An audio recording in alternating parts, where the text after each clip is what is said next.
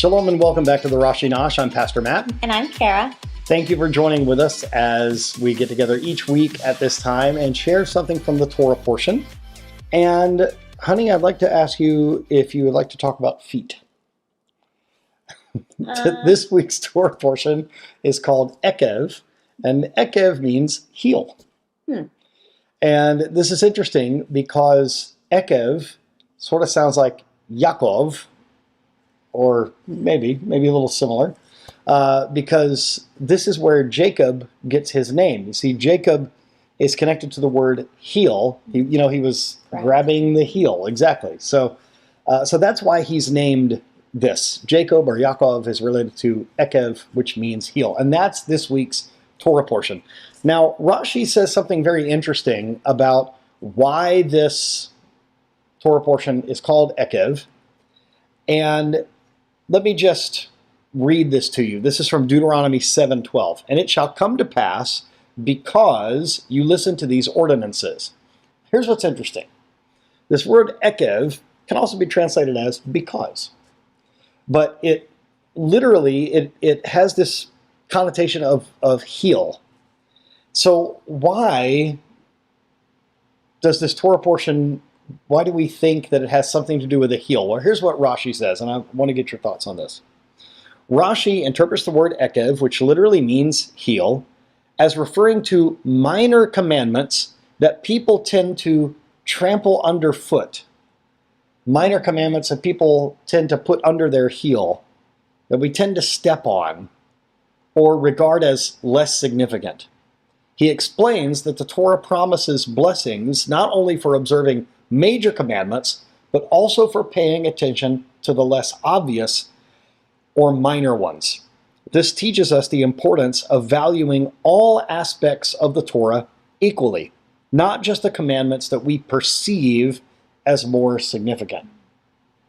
Now, there's a teaching in Judaism that when it comes from the Torah, there's a commandment to shoo away a mother bird if we're going to take the eggs, to not distress the mother bird by shooing it away from the nest if we're going to take the eggs.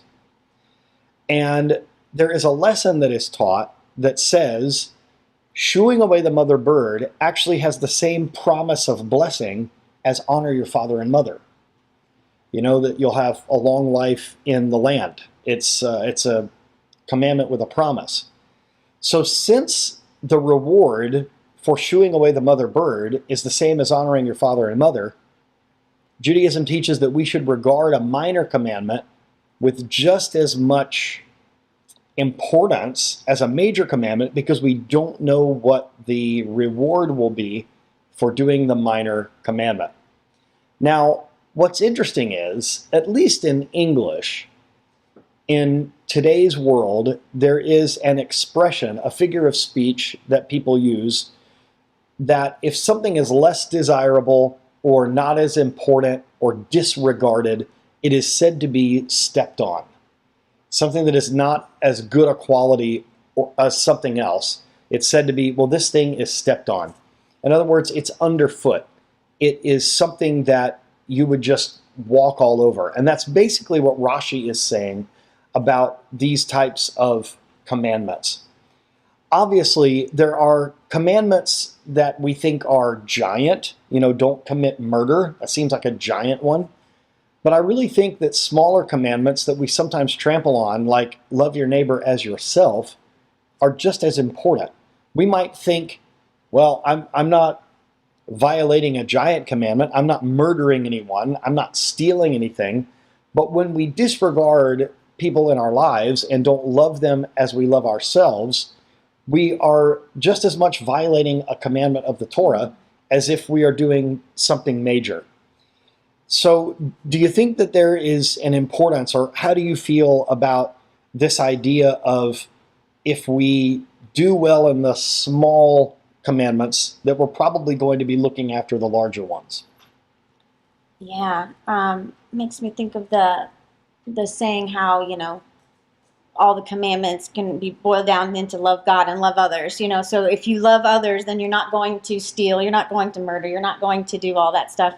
Yes. And it's definitely easier to do and focus on the the negative commands, like don't do this, but sometimes you forget all the stuff that you should do, like the positive. Sometimes it's hard to remember to do those things, more of the mitzvah type things, as opposed to just trying to avoid all the big no-nos, Right. Well, and even some of the commandments that seem rather big, I think the older we get, they break down into smaller things, like as our parents age, honor your father and your mother. I think doing little things for our parents as they get older, I think is really a big deal. Yeah.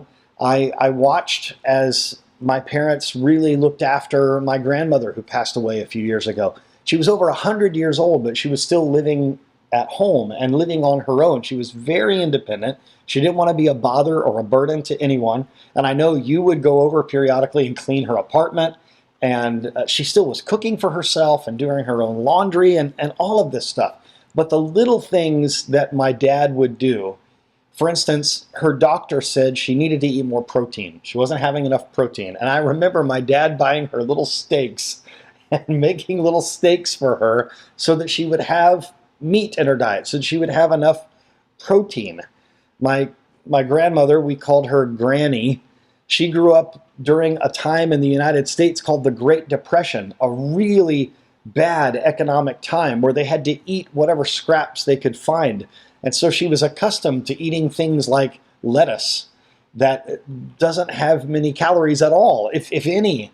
And so my dad, wanting to take care of her, she didn't want to live with my parents or be in some sort of residential facility or whatever. In fact, the only reason why the last couple of her weeks of her life, the only reason she lived in a facility, she fell and injured herself. So to me, when you think of when you're a kid, when you think of honor your father and your mother, it seems like a very big thing. You need to respect them and obey them. But the older they get, honor your father and mother could become one of those heel type commandments that you trample on. It could be very easy for people to ignore someone as they get older, or to not take care of them in their life day to day anymore, because you don't live under the same roof. Yeah. Right, and that's a wonderful point. The older we get independent. We're not with our parents all the time. But I think some of these commandments that seem big can become little day-to-day. Are we really checking in with our family members, or maybe friends that have moved away? Loving our neighbor as ourselves, that seems like something that we can trample on, because we seem so focused on and consumed with, like you said, those big, major commandments. But I remember Yeshua saying in the New Testament, you cross the sea to get one commandment, one convert. You cross the ocean to get one convert, or you try to strain out the gnat, but you swallow a camel. But you're ignoring the weightier things of the Torah, like justice and mercy. These are things that could be trampled underfoot, and we need to maybe pay attention to those little commandments. The little ones are just as important as the big ones. And so let's make sure that we're doing that. Let's make sure that we are loving our neighbor the way that we love ourselves. Let's make sure that we are taking care of those of our friends and family that are maybe getting a little older. It's a Jewish concept that if you have a limited amount of food and you have an animal, that you feed your animal first. That's actually a Jewish concept. These tiny things, little acts of love and care and concern, escorting someone, helping them get into a building or get out of their vehicle, little things like that are there. It's still a mitzvah, even though it seems very small. So I think our advice to our viewers this week should be that they pay attention, that they do something small, that they do a little mitzvah, a little act of kindness, something that you might think is just a small thing that might go under your heel. But let's pay attention during Parashat Eikev to those smaller commandments. See what doing a small mitzvah in someone's life, see how it can make a big difference in their day. So, anything else on that? No. I mean, I feel like just like if you're trying to become more and more holy, and starting with the smaller is almost makes more sense. You know what I mean? They're more attainable. Right. And so then you build, and then those become second nature, and then you add more, and then you add more. So it's almost in the search for righteousness. You know what I mean? It would make sense to focus more on the small that are more attainable. But we tend to do the opposite.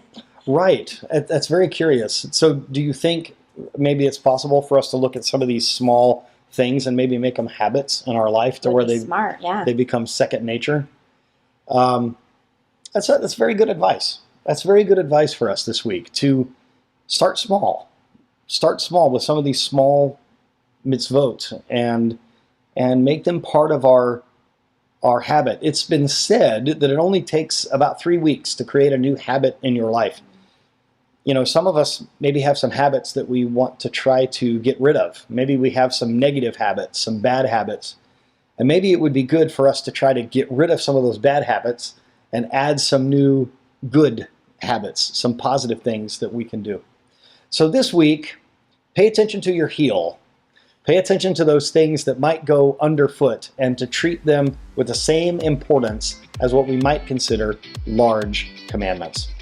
Thank you so much for joining us. We pray that this has been a blessing to you, and we are praying for you no matter where you are in the world. May God bless you and give your family shalom.